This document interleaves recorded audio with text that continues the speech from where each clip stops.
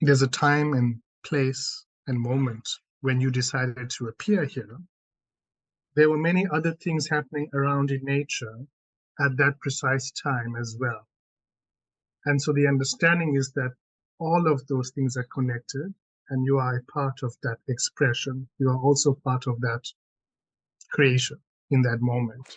Hello and welcome to the bonus episode of Testing the Alternative. In this episode, we are chatting to Nathan, and what you're going to hear today is the full interview we did with Nathan after our astrology therapy session that we had 2 weeks ago. We're giving you the full interview because we did give you one or two of the main questions from our interview, but we had so many listener questions.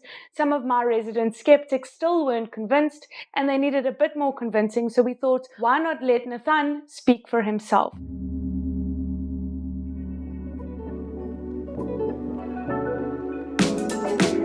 Meditation, Keto diet, astrology, tapping, psychics, kombucha teas, join a skeptic, and an optimist. once a month to test the latest in alternative living fads and fashions. Find out what they are about, what works for us, and well, what doesn't. With your resident skeptic, Paige Muller, and your resident optimist, Jessica Bash. Welcome to Testing the Alternative.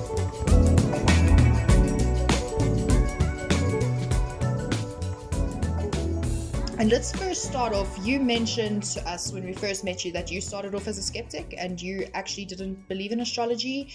Would you tell us about your background, how you got into it, and why? My background, obviously, I'm South African, okay, born and bred here and raised and grew up here. I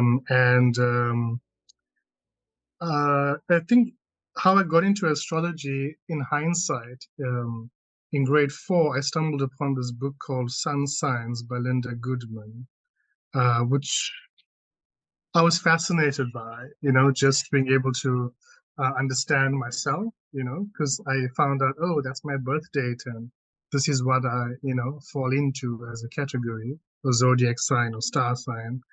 And I started reading from that book from my friends, from my teachers, So I was doing readings, when I was 12 years old in that way, just for fun. But I liked the fact that there was some body of knowledge that spoke to me, because I think even as a child in primary school, you still want to know, you're figuring out like how you relate to other people and your parents and your friend group, and peers and all of that, and teachers. And it was very enlightening from that point of view. But then I put it aside, because it was just, something that was interesting. And then working as an engineer in the oil and gas industry in my 20s, now we're talking about mid-20s, I had like major breakups by that point, as you do. as some of us do, yeah. And at that point, I was like, you know what? The common denominator is me. So these same things kept happening, the same issues, the same circumstances, the same patterns. And I was just tired. I was like, I need answers. And no one around me could give me answers that felt true, that felt deep enough to the issues, that really looked at me, I wasn't feeling seen or heard by anyone.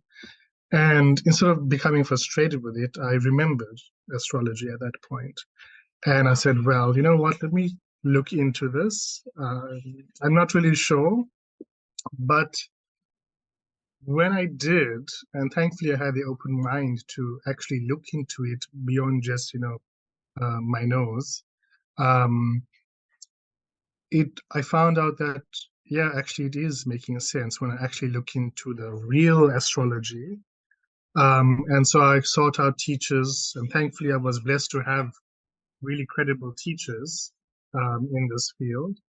And it's been a learning experience ever since then for the last decade, and then helping others to do the same, find the same way forward, because what I like, what has kept my interest in it is I can share with people insights and knowledge that they might not get from anywhere else, or it might cost an arm and a leg to eventually get from anywhere else. and especially for young people to make it more accessible. So that's how I got into it and how I'm staying in it. Okay. So that's really interesting because I remember chatting to Paige in our pre-interview that, the first time I ever learned that I was an Aries, was in magazines. It was also just as a kid, you'd pick up a magazine and then you'd read like your monthly horoscope at the back. But like you said, it gave, like, for me at least, I can't speak for Paige, but for me, it did give me a better understanding of myself. And I often feel that it does give me a better understanding of my friends, and I can relate to them better. But like we said, we've looked it up. We can't find out why. So could you maybe explain how it works? How do you calculate things on our charts? What do you use to help you interpret what's happening to us in the most simple way possible? Yeah, because also your math. We saw the charts. The math looked intense. There was a lot of math. So how does that math work? Yeah, in the ancient world, an astrologer was called a mathematicus, because you had to do the calculations all by hand, and you're dealing with spherical geometry and trigonometry and all these things. And that's where perhaps the engineering background helped me, because when I learned, my teachers insisted on me learning the old school way and doing calculations by hand and constructing the chart. So that's astronomy, okay? But why and how astrology works, the way I've come to understand it in a simple way is that there's a premise that everything is connected. That's number one. That is at the heart and front and center of astrology. And so therefore, because there's a time and place and moment when you decided to appear here, there were many other things happening around in nature at that precise time as well.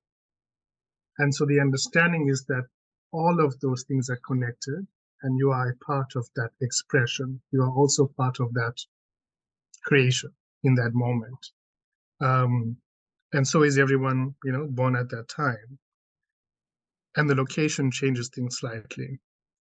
And therefore, instead of looking at you and, picking you apart, as maybe a psychologist might do, or something like that, which is very tricky to do because we are very complex beings, I can look at something in nature around the time you were born, and if I learn how to read the patterns in that and understand the dynamics in that, that shows me there must be corresponding dynamics in you and in your life, because those two things were connected when they were both born. So some people can choose tea leaves, some people can choose to cast bones, some people can choose, in the ancient days, they would cut up a deer or something and look at the liver and all sorts of weird things. But it's all about reading signs around us that help us understand ourselves. In that way, are you saying, so if Jupiter, for instance, is in a certain area during your birth, and because Jupiter is associated with whatever Jupiter might be associated with, that then goes into the reading because it's in that category. So first premise, you must accept that everything's interlinked. That's premise one. Premise two is then that things that are interlinked to you have further meaning or further translations, which then, because you're connected to them, means that they're connected to you, and that means A, B, C, D thing in your reading. Yeah. So it's not saying X equals Y. It's not saying Jupiter's doing something to you, for example. But it's saying because something is happening with the system of planets, which is a subsection of nature, because something is happening with the planets, something similar is happening here. And so that is how we just move between the two. And the different systems of astrology, so different ways of looking at the planets to derive significance and meaning. And that's where the different kinds of astrology come about. But the basic premise is it works because things are, by virtue of things being connected, And therefore, the movements in those things are indicating similar movements over here. Okay, I understand that. And I think what was both Yeah. surprising to Paige and I is that, as Paige mentioned, she was intuitively already thinking about what you brought forward without her even knowing it's something of was significance. Mm. And with mine, I'd always joke about it, like, oh, I'd love to be a housewife and just, you know, like do all these things, Rich man, which is like yeah. a joke, but like I guess intuitively, because things are connected, maybe those signs are there and you're thinking about it, but until you place importance on it and learn why, Yeah. I And guess you don't know. that's a very good point, Jessica, because it shows to you, you know, both of you, that by looking at the astrology, I could see what was arising at the time as important. And you didn't have to tell me, but it was also arising in your life, you see? So it's just, again, the same self-similarity concept that is being used and invoked all the time. And the great thing about that is I don't have to dig inside myself to find answers for you. You know, there's a map there that shows me something about you. I'm just going to learn objectively to read that, you know, and not even to, you know, this personal bias and all those assumptions need to be put aside. Yeah. So what I found interesting, because also you spoke to us about how there's no predetermined destiny, that like we have multiple options, and even during my session you said, listen, there's this option, but if you could do this, you could do that. But in my session you were able to pinpoint two things that happened in the past in my relationships down to the months, or like roughly when the months were. And my question is, if there's no destiny and we can't determine the destiny, how did we lock in the past? Like, how do we know that happened? Mm, mm. It's a good question. It's a very good question. And, you know, so hardline astrologers would say that everything is predestined, you know, to which I'd always say to them in conversation with them, well, I can pick up this mug right now, and can you tell me from astrology when I'm going to put it back down? You know? So there's a scale of like what we would call free will and destiny, you know? So, and everyone has a mix of both in different proportions. There are some things in our life that are that are hardwired into like how we are and who we are, right? And how we approach things, how we think about problems, you know, the nose and the shape of our face, you know, these are all things that are largely set and based on prenatal and postnatal influences. You know, it's those that's how psychologists can do their job as well, because they're relying on certain indicators that are there that therefore indicate most likely circumstances and outcomes. And it's the same thing here, where I can see that in the way Jessica, for example, approaches relationships, the hard line dynamics are 1, 2, and 3. And so therefore I know with a certain amount of confidence that that is going to be her default, you know, process in trying to get to that outcome. But what astrology allows us to do also is, as you've experienced, well, tweak it here and tweak it there. And so what happens is that now we are able to actually free your will, from default processes, default ways of thinking, default patterns of behavior, that we are thinking we are doing free will, but it's just the loop happening. And so, yes, we use those, there are those predetermined presets, if you want to call it that, right? Which most people will follow. Most people follow. And sometimes that's okay. And it's not to say that astrology, you know, is an imperative, because there are a lot of people that go through life without astrology just fine, you know. But if you want to fast track that process, instead of taking 5 relationships or 5 years to figure something out about a dynamic that you have, we can fast track that. And yes, it requires some adjustment on your side because we are fast tracking it. Mm-hmm. You're not going through the normal 5-year learning process. You're doing it in 5 minutes or 5 months, right? But by and large, the free will becomes a conversation between you and destiny. And that's what astrology helps you to do. By knowing what my presets are and by having them detailed for me, I then actually have more control to see what my options are, what my options are not. Okay, that's also very important to know, so that we're not bashing our heads up against a wall all the time, but using what we have, using what is accessible to us. And I think that's more freeing.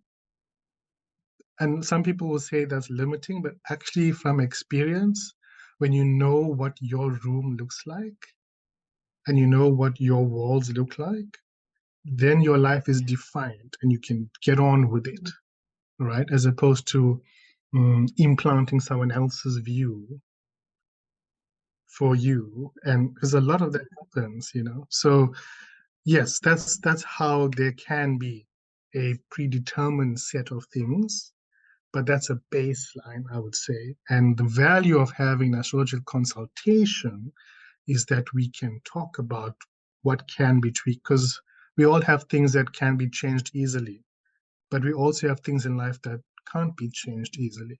And knowing what those are and where we can play our free will within that is, I think that's the sweet spot. Yeah. So, first I want to say I do think it's freeing, because now that I know I have 7 months to get to know someone, I'm like, ugh, no stress about this.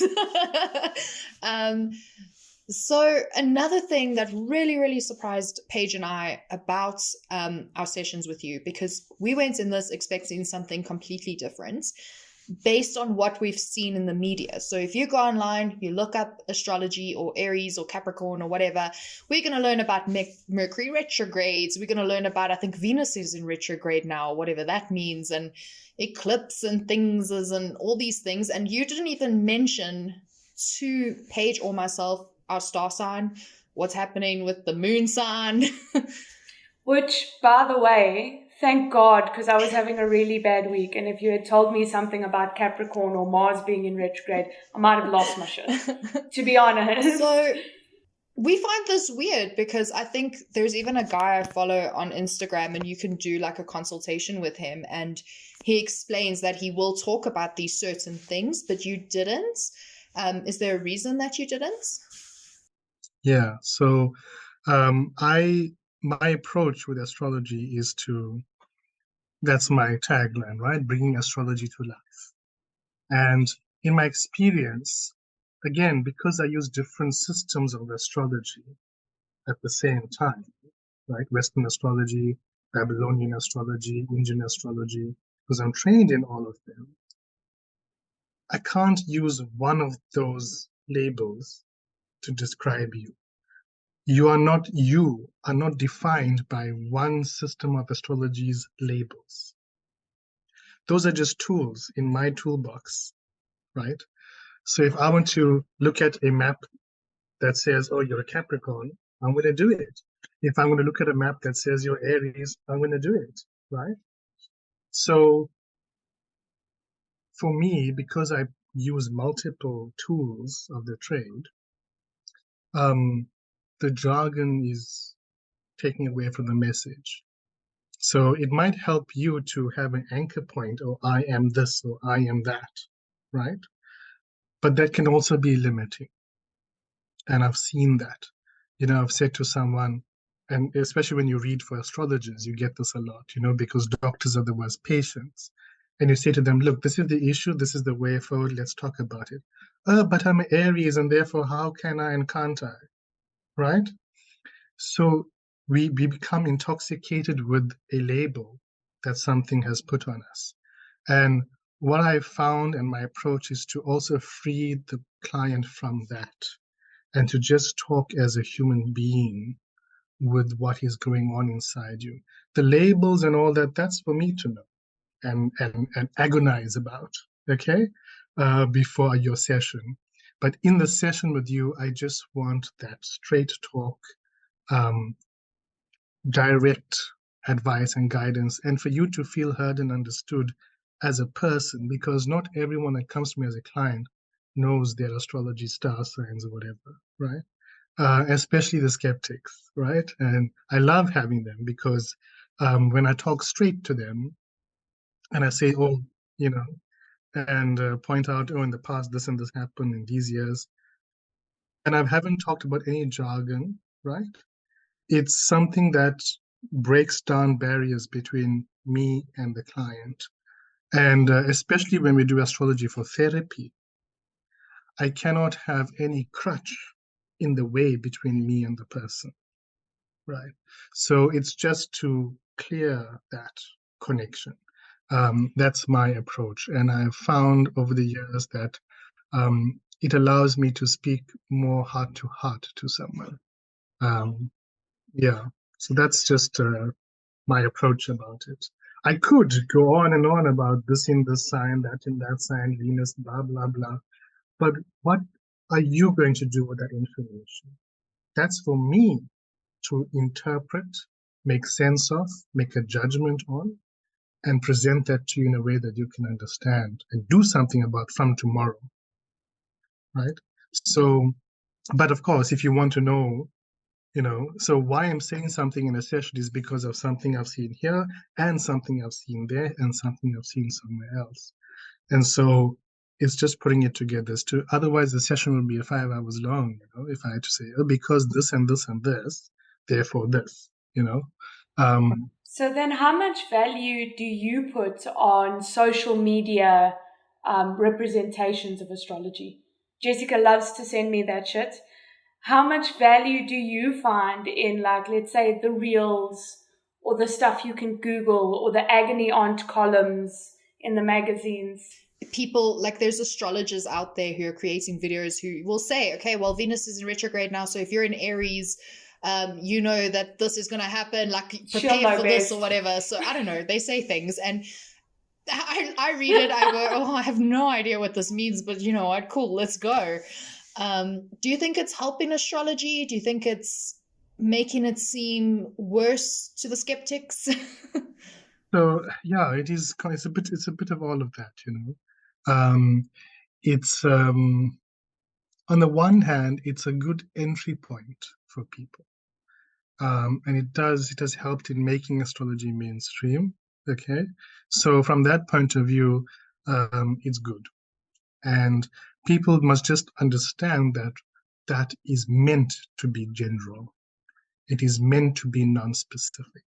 Okay, so if someone is being skeptical and pointing to those things as being, it's wishy-washy, I'll say, I agree with you, it's wishy-washy. It's designed to be that way because you're giving broad advice to people, right?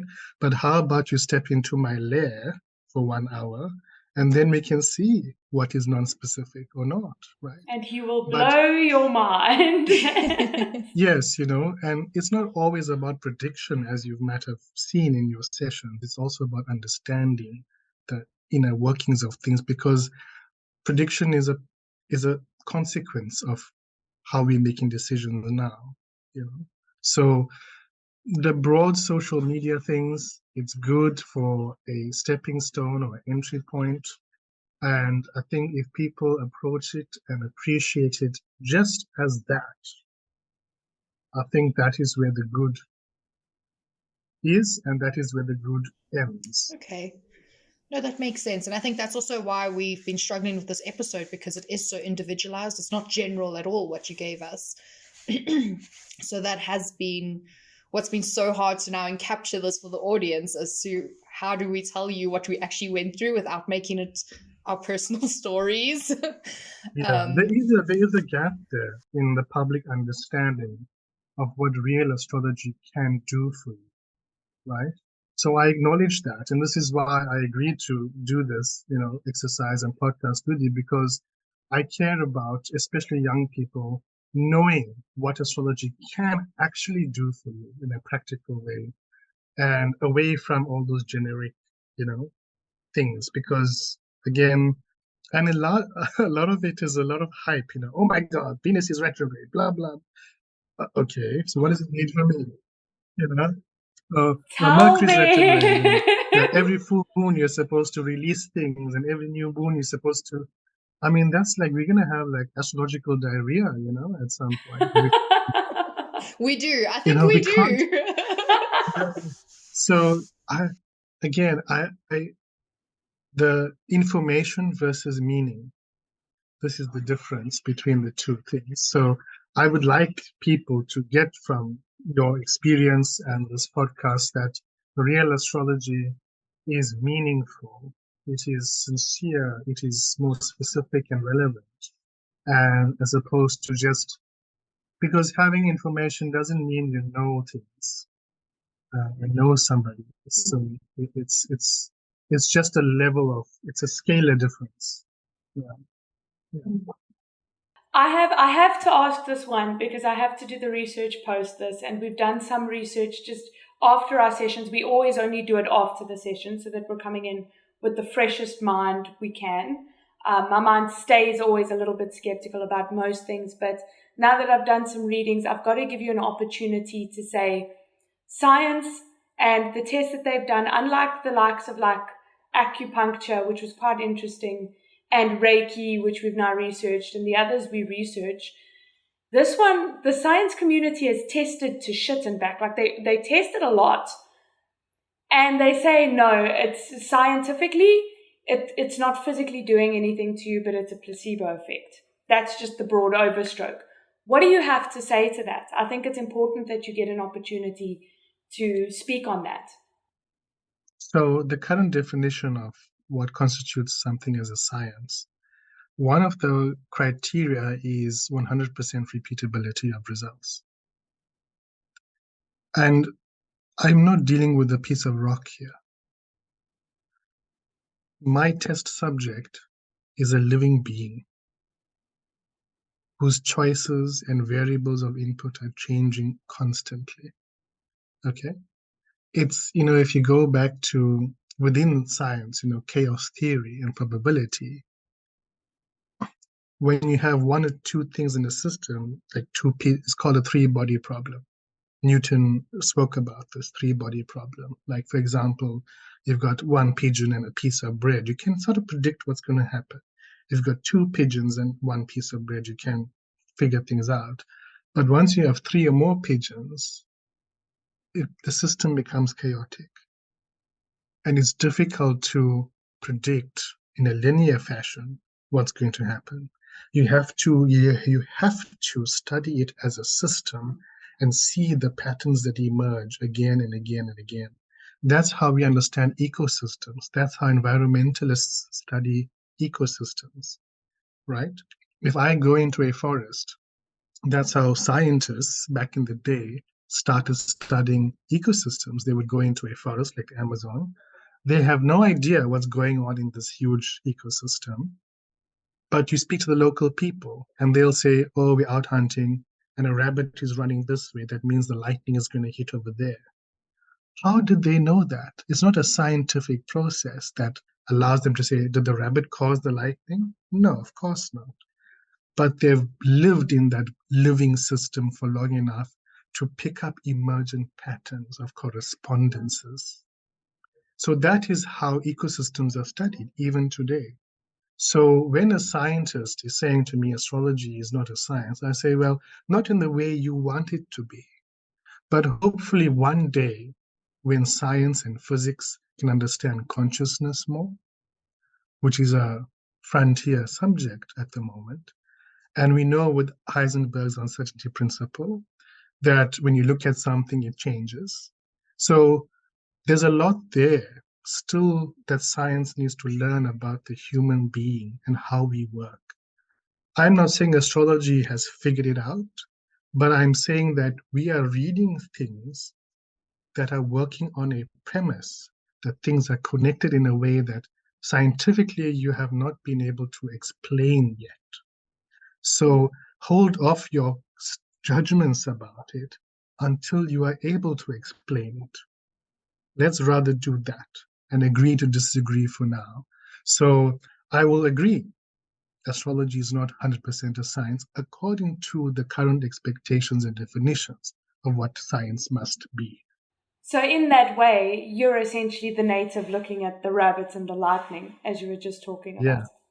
yeah, yeah. Cool. Yeah, no, I think that's an adequate answer in my opinion.